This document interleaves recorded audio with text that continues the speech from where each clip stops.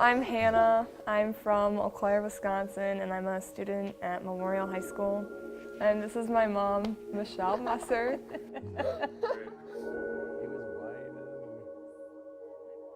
I've been in Eau Claire since I was in 8th or 9th grade. And formative years before that were in a suburb in Milwaukee, so a big city. I was brought up Catholic, and so we went to religion class every Wednesday night. It was called CCD. And we belonged to a very progressive church. It was, my first memories are like back in the 70s. It was a huge round church, and the altar was down in the middle, so it was almost like an amphitheater. And the service we always went to was very, what I would call modern. A lot of guitars, drums, so I really enjoyed going to church, and I think part of it was because of the music. My parents, and they're still alive, and they live in Eau Claire, and I have one brother. They were really diligent about taking us every week. We prayed, but I think it was mostly by action. I observed my mom. She was the secretary at church on Wednesday nights, so she was there participating. I think that had a big impact on me too. I was at a Catholic church for many years and taught for a couple of decades in the Catholic church on Wednesday nights, and very, very grateful for my background and that in the tradition and the ethics and all the things that the Catholic religion taught me. I'm very grateful I have that. But there was one lesson, and it was when Jesus was on the cross, and he looked over and said, "You are forgiven," and it was like, that's it. I switched right there. I would say early 20s. I rarely went to church, and then when we got married, we did see each other at church. And then he kept saying hi, and I was like, no. I was like, hi, and then one day he asked me out for breakfast afterwards. Just knew that her being there and me being there, that we thought had a lot of common denominators and had a belief and a faith that would, follow through with everything. I think when the kids came is when we went back, and everything came back to my roots. We've been members of Trinity since Hannah was about 3 or 4, so a little over 10 years. We VBS. And Wednesday nights when you used to teach me, and all those camps and everything. Those were fun memories. Ken has 2 older brothers. We have 2 older boys. Pretty much raised the family in this house. The boys were 3 and 7 when we moved here.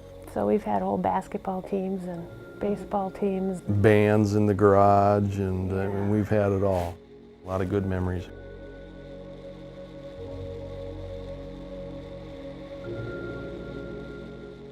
In 2013, and I was for several months feeling really exhausted and had low back pain and hip pain, and went in a few times, and it was due to my age. But then it got to the point where I just couldn't take it anymore, and in April of 2013 I got the diagnosis. I looked at the scan, and there was a huge tumor, probably the size of a pineapple, and it had spread all the way up into my lungs. So I was diagnosed as stage 4 ovarian cancer, which is pretty scary. I think we all just went into shock. I know we did. We got into the car, and Sean, neither of us talked. Sean or I didn't talk, and he drove right to Trinity. And we got out, and I don't think we had still said anything to each other. It was just like, but it was like a comfort thing.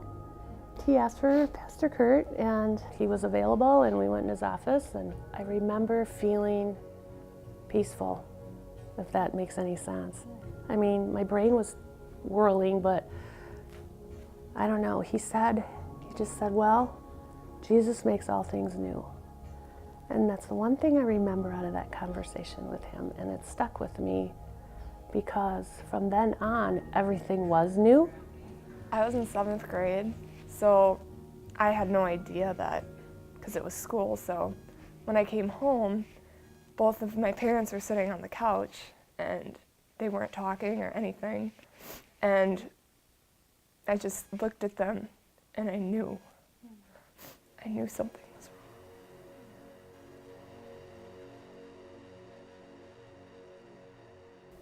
I was told that pancreatic and ovarian are the 2 toughest cancers to fight. I was told I probably wouldn't be here by Christmas. So a lot of those things like what do I need to teach Hannah yet, and what can I do for my kids, and all those things go through your head. There was a lot of days of crying. I was just really, really sad. Really sad. It was definitely a grieving process. I knew that my life was never going to be the same. And so you go through those same steps. And there's a lot of fear because nobody wants to die. At that point, I was very fearful because I didn't want to leave my family. A long recovery. And then it was 18 weeks of chemo every week. It was extremely painful, and they felt like they got what they needed to get. September of 2015. I was feeling really cruddy, and so I kind of knew. And I kind of knew because it's stage 4 and it does come back. But I was really sad that it did come back because everybody's always hopeful and doesn't want it to come back, of course. But it wasn't as dramatic as the first time. I think I was mentally prepared. I knew what I was going to have to go through again. And I knew I did it before, and I knew that that God helped me get there, and He's going to be there again.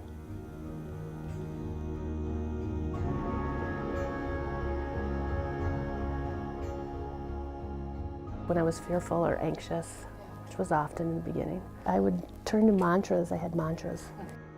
Be still and know I am God. And the other one was, I can do all things through Christ. I used that one a lot. It was really helpful to have my family and friends and people at Trinity. There was people that I had contact or had met or done things with when the boys were little that I didn't even know I touched their lives. But I was like, I literally got thousands of cards and emails, and I learned that everything I do, I'm touching somebody else. And it just really came home when all this stuff came back. It all came back, Priorities. Like we really simplified everything real quick about what was important and what wasn't, and I've only got X amount of time left, and so what am I going to do with my time? And who am I going to spend it with? Now with the health, we do a lot of things off the cuff and short notice, and so we've always liked to just, the ladies really love to shop, so we do a lot of short shopping trips to Minneapolis, Chicago, or wherever we're at. And I just tag along and make sure they have a good time. And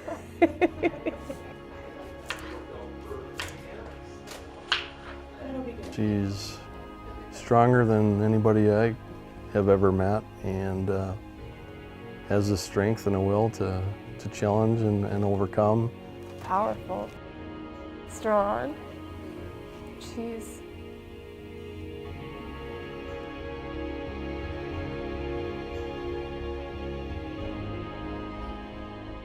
I think she's strong.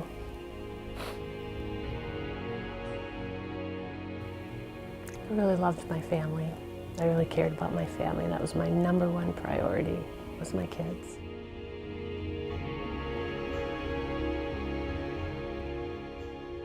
It didn't take much to make me happy.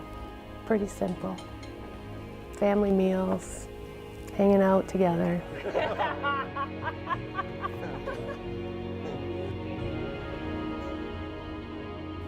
When I was a young nurse, I took care of cancer patients, and I remember particularly one patient that had just been told, and he was in his 30s and had young children. And I thought I knew about cancer, you know, because I had read the books and passed the tests, and I knew how to treat him. And what he really needed didn't come in a syringe. So I think it's kind of a gift that these guys all know that now at such a young age. Looking back on it, my faith grew 10 times more stronger than what it was. Not to say that I didn't pray, but I prayed way more than I used to.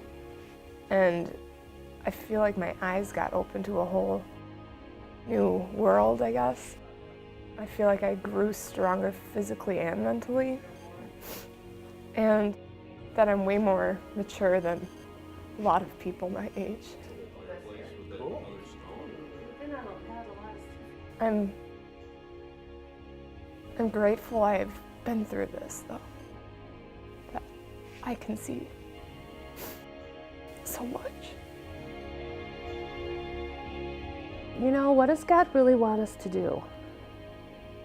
Doesn't He want us to just be our best selves and reflect all the virtues that, you know, the patience and the loving and the caring and the forgiveness, and that's it. Jesus' resurrection gives me hope. Watching how God works with my physicians and through my physicians and through all the people around me and my family and my support group, all of that gives me hope. Because even if, or when I should say, I die, all of that's still working, and it's all interconnected. And I've watched through this whole process everybody grow more in their faith and than I've ever seen before. It's amazing. It's just amazing to watch and see.